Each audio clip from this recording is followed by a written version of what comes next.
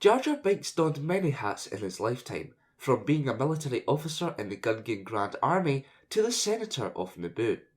Regardless of what your personal opinion of Jar Jar is, he was an important character in the prequels who caused major plot points and helped Chancellor Palpatine come to rule the galaxy. So whether he was just a clumsy Gungan or in fact a secret Sith Lord, let's look at Binks' life story.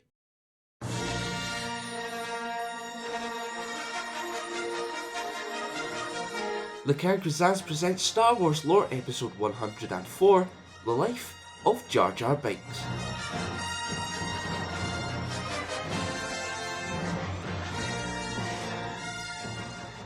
Before Disney's purchase of Star Wars, Jar Jar Binks had a bit of a backstory, but because the pre-Disney expanded universe is now non-canon, we will just have to assume he appeared one day. Poof! A full-grown Jar Jar out of nowhere. Watch out! So now that we're caught up, Boss Nass, the leader of the Gungans, banished Binks from Otoh Gunga for, as Jar Jar would later say, being clumsy. If he set foot in the underwater city again, he'd face the punishment of death. Because of this, Jar Jar roamed the jungles of Naboo, moving from one place to the next. Whilst looking for food one day in 32 BBY, the Gungan came across advancing Trade Federation droid forces. It was a full-scale invasion of Naboo, causing Binks to panic. Before Jar Jar could be ran over by an MTT, Qui-gon Jinn, one of the Jedi negotiators who tried to settle the dispute between Naboo and the Trade Federation, pushed him out of harm's way.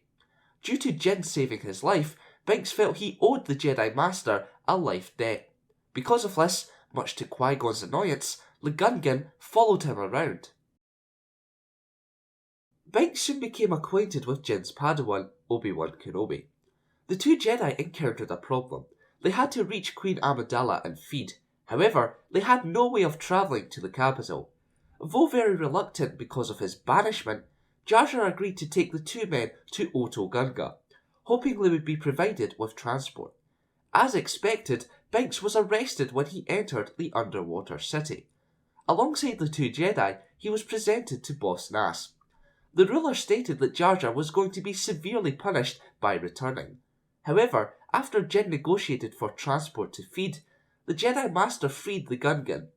Qui-Gon stated that Binks owed him a life debt, so Nass reluctantly set Jar Jar free.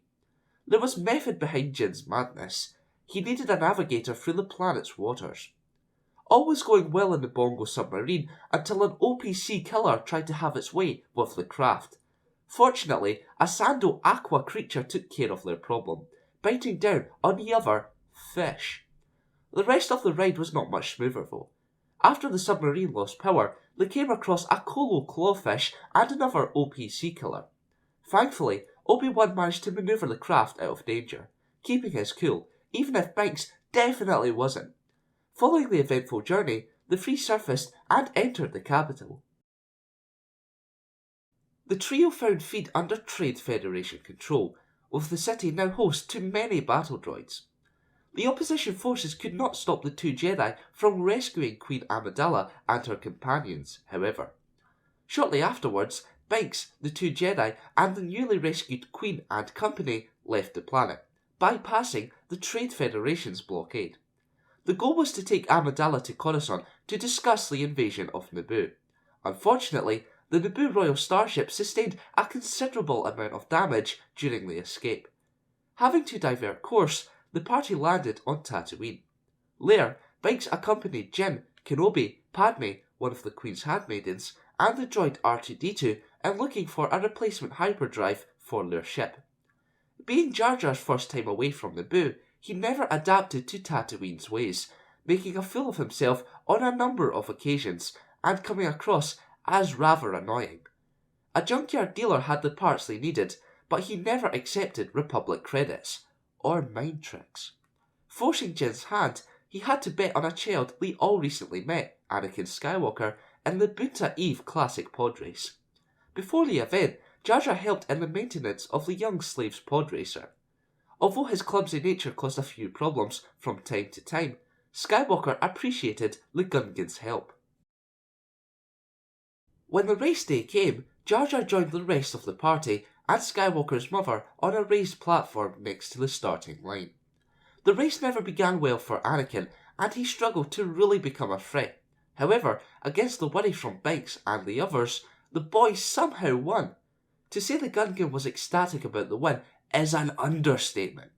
Following the win, the group were able to repair their starship and head off to Coruscant at last, now having the young Anakin Skywalker after Jin released him from slavery. When they reached the planet, Binks was blown away. It was so different to Naboo. Unfortunately so.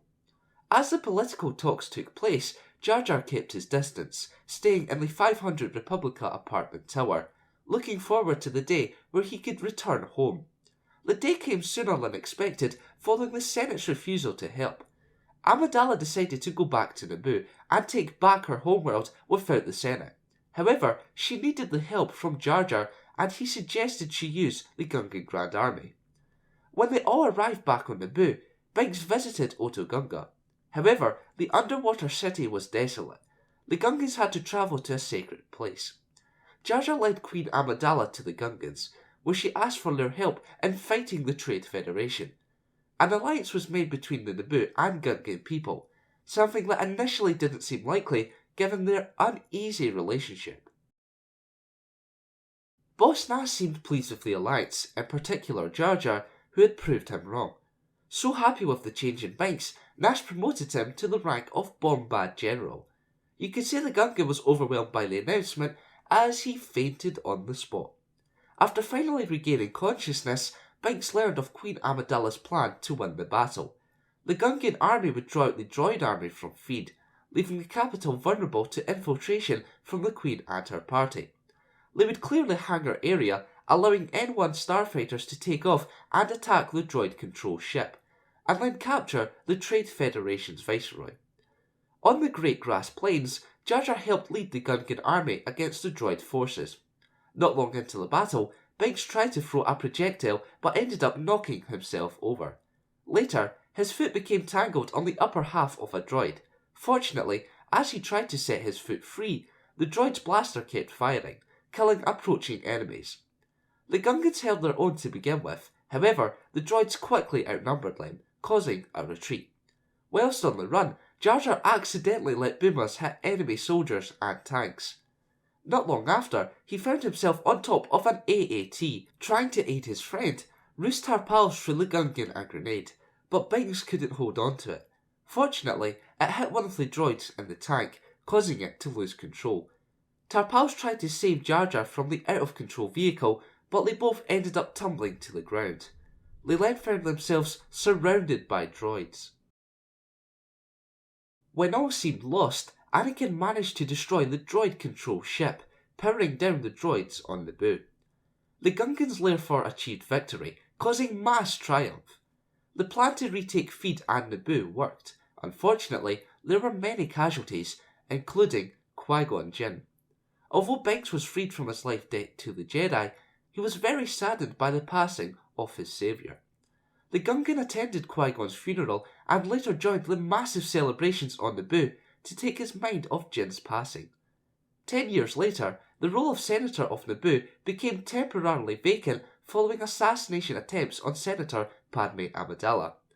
When the former Queen went into hiding, she chose Binks to fill her position in the Senate until it was safe for her return. Due to his inexperience and nature, Binks was easily manipulated by other senators, convincing him that the creation of an army for the Republic was something Amidala would agree to. Unfortunately, Amidala was highly against the idea. Believing he was acting in the best interests of Padme, he suggested that the Senate vote to give Supreme Chancellor Palpatine emergency powers, allowing him to create the Grand Army of the Republic. Not long after, the Republic had a clone army. Following the Battle of Geonosis, the Clone Wars began, a conflict between the new clone army and the CIS's droid army. Representative Binks' first task during the Clone Wars, accompanied by Senator Bail Organa, was to talk to King Katunko of Toydaria into having the planet be used as a supply base for Republic forces, which would help in the retaking of Ryloth. Although there were a few complications, the mission was a success. Later, he joined Senator Amidala and the droid C-3PO on a mission to Rhodia. They went there to ensure the planet was aligned with the Republic. As Amidala took care of business, Jar Jar was tasked with looking after C-3PO. However, the Gungan ran into a few problems, one of which was when he was attacked by a crab droid. Binks survived, though he later showed his clumsy side once more, accidentally destroying Amidala's ship. The Senator had been taken prisoner by Newt Gunray after Rhodia became aligned with the Separatists. She managed to escape though, reuniting with Binks, who was pretending to be a Jedi. Cough cough, Sith Lord, cough, Illuminati confirmed, cough. Not long after, Count Dooku escaped the capture of Jedi Master Obi-Wan Kenobi and his Padawan Anakin Skywalker. However, the Count soon after was captured by the pirate Hondo Onaka. Wanting custody of Dooku, the Republic agreed to pay a hefty ransom for him.